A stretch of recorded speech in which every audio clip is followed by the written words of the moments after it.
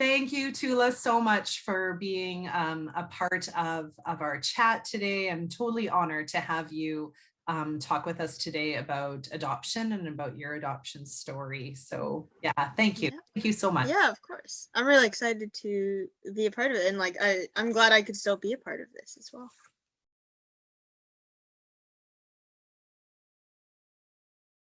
I say this all the time. All of us at the Adoption Center, we love hearing from our families, whether it's, every once in a while or whether it's even years down the road. We love to hear what our families are doing, what they're up to, and all that, because we all hold a special place in our hearts for all of our families, and being a part of their adoption journeys is pretty special. I always say I have the best job in the world. Yeah. Yeah, if you just wanted to start, letting us know a little bit about you, about your family, how old you were when you were adopted. Yeah, but so I'm from Nelson. I live with my mom and my dad, and then my brother's at university right now. And I'm a competitive climber, which is pretty cool. And I was adopted when I was 9 months old. Where were you adopted from? From China. Yeah. Are you connected with any other adoptive families? You mentioned, so you live in a smaller town. Yeah, actually, my group had a 10-year reunion quite a few years ago, I guess now. But my mom's more in contact with people than I am. Yeah. So when you say your group had a 10-year reunion, what do you mean by your group? Just like the group of families that was on the trip with my parents, and then all of us that got adopted. Okay. Yeah. Did you guys get together every once in a while, or was that the first in almost 10 years? I think for me, it was the first in 10 years. So what was that like, getting together with other families that adopted at the same time? It was really interesting. Yeah, it was just nice to see everyone. Be like, oh, this is who you are, when my parents talk about like the group. So how old are you now? I'm turning 17 tomorrow. Oh, tomorrow. Yeah. Oh, happy birthday. Thank you. Oh, well, that's exciting. Okay. Yeah. So turning 17. So yeah, so that was over 16 years ago that you were adopted. Yeah, it was a while ago. I think it was September. Yeah, that would make sense. How old do you remember being once you realized that you were adopted, or what adoption meant for you?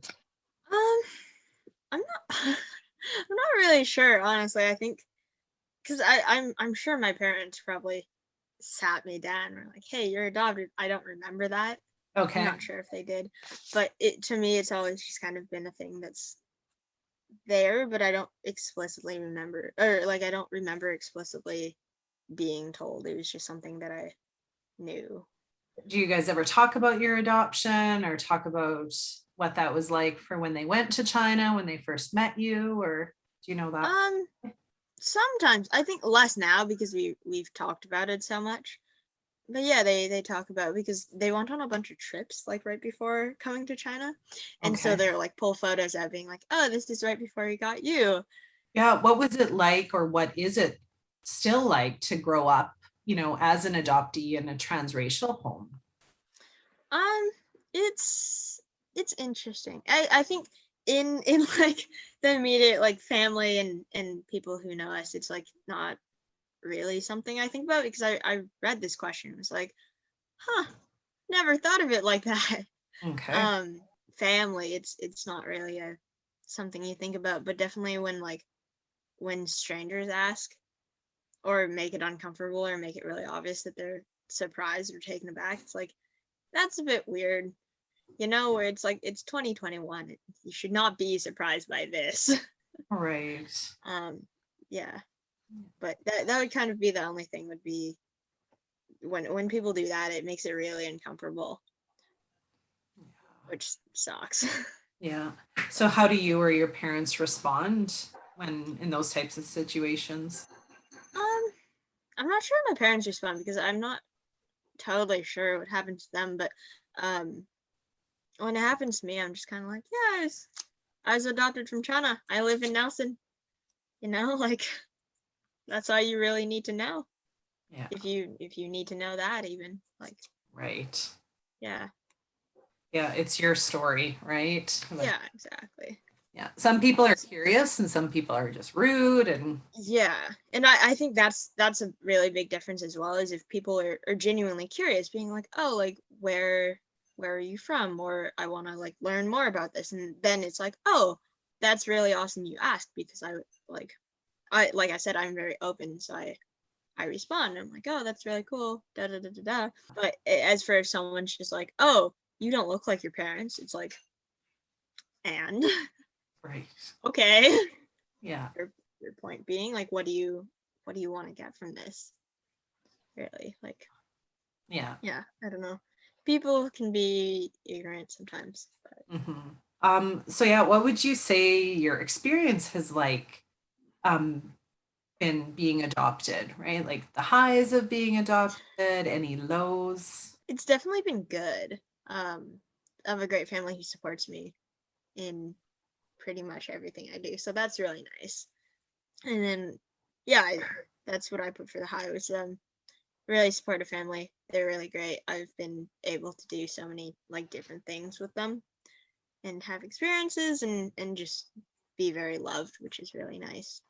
And then some lows is kind of what we were talking about, is just when strangers are really obvious, or just not, just like make the situation really uncomfortable. And it's, yeah, that would be a pretty low, I think, for me anyway. It's just when other people make it uncomfortable. What would you say be your best advice for other children who have been adopted, whether it's like young children or children your age? um I think when questions come up, or when people make you uncomfortable, or there's a lot of doubt, or it's just like not super great, I think the advice I would give is be present, I guess. And like appreciate what you have in the moment. Like I said, I'm very open, and my family has been very open with me, and I've been allowed to explore a bunch of like different things, of if I want to go to China and do this, do that. There's always those what if questions, Yeah. which can be a lot. And in those situations, yeah, just be present and be thankful for what you have, and yeah.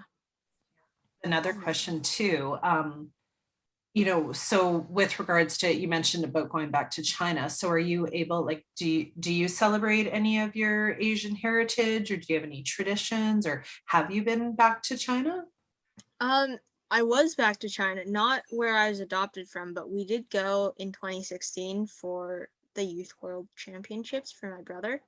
Um, so we went, and then I was really young. I think I was 11 or 12. So a lot less put together than what I am now. But so they had asked if I wanted to go back to the city that I was adopted from, and I was like very on the fence. And then when I was there, I was like, I don't want to do that. And they're like, good, we didn't plan on doing that. Okay. And then we were supposed to go the spring, so last spring break. So when I was Mhm. 16 on that spring break, I was supposed to go, but then COVID happened. Right. So I haven't been able to do that. But yeah, hopefully that's something I can do. Yeah. Yeah. Oh, what a great experience. And then any traditions or any ways that you celebrate?